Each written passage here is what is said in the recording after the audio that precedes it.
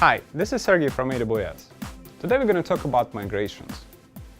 Before discussing migration, it is very important to understand where your customers are in their cloud adoption process.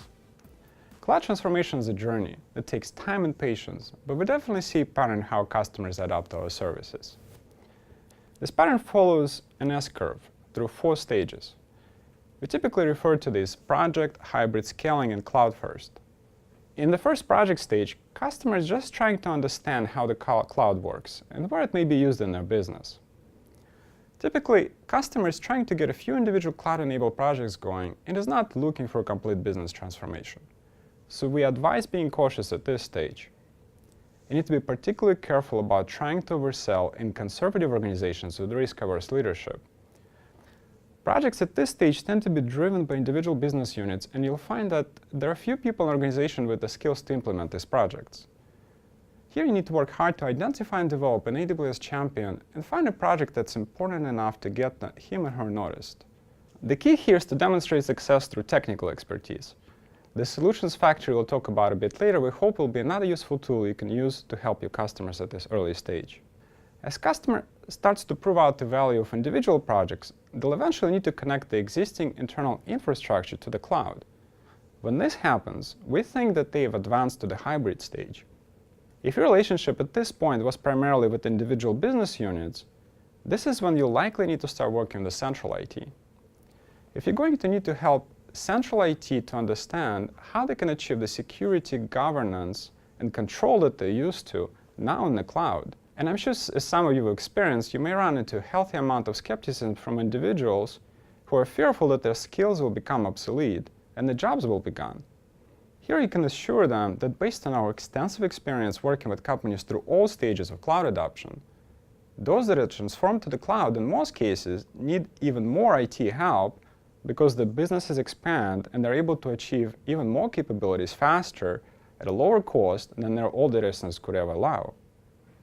At hybrid stage, you should start working with the customer on setting up the cloud center of excellence in their organization.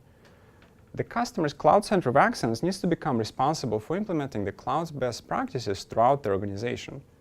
The center of excellence will help organizations evolve so they can take advantage of the most that the cloud can offer over time. And a third, scaling stage, the customer is all about preparing for large-scale cloud adoption. Here it's your responsibility to help the customer's center of excellence establish sustainable governance and security models that apply to all types of different workloads, which may include needing to meet some industry-specific regulatory requirements or dealing with legacy infrastructures that can be decades old. During the scaling stage, in addition to scaling cloud adoption, you'll also want to find ways to scale training throughout the organization. Here we recommend 2 approaches. Get as many people in an organization as possible to participate in AWS training certification programs that tailor to their roles, like AWS DevOps or CSOPS administrator certifications. Second, work with the customer's center of excellence to institutionalize organization-specific training to help them scale best practices and governance models that are unique to the business throughout the organization. At this point, you should have also established regular cadence with company's executive team, making sure that they know that we're here to support them and we're going to do everything we can to help them make personally successful. Any of the executives who have led their companies to this stage feel like they've taken substantial career risk. We need to reward and acknowledge that and support them in any way we can. By this point, the customer should be convinced enough of many benefits of the cloud, and they should start building a business case to begin migrating some of the existing data centers to AWS. In your path, you'll likely rarely run into customers who made their way to the final cloud-first stage. These customers have well-established cloud operating model and have probably pulled off several data center migrations. These customers still need a lot of help from us because they're exploring new business opportunities that otherwise wouldn't be possible without the cloud. In particular, at this stage, customers are looking to get help optimizing and maintaining their cloud footprint. AWS team can help a lot here. We provide many good resources, such as well-architected framework and security best practices, and we're constantly working on releasing new materials and workshops.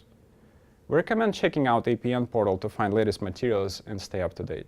That's it. We learned about 4 stages of cloud adoption, In the next video, we'll explore migration model and dive deeper into some of the migration-related tools and best practices and give you a good understanding of important elements of successful migrations. Thank you for watching.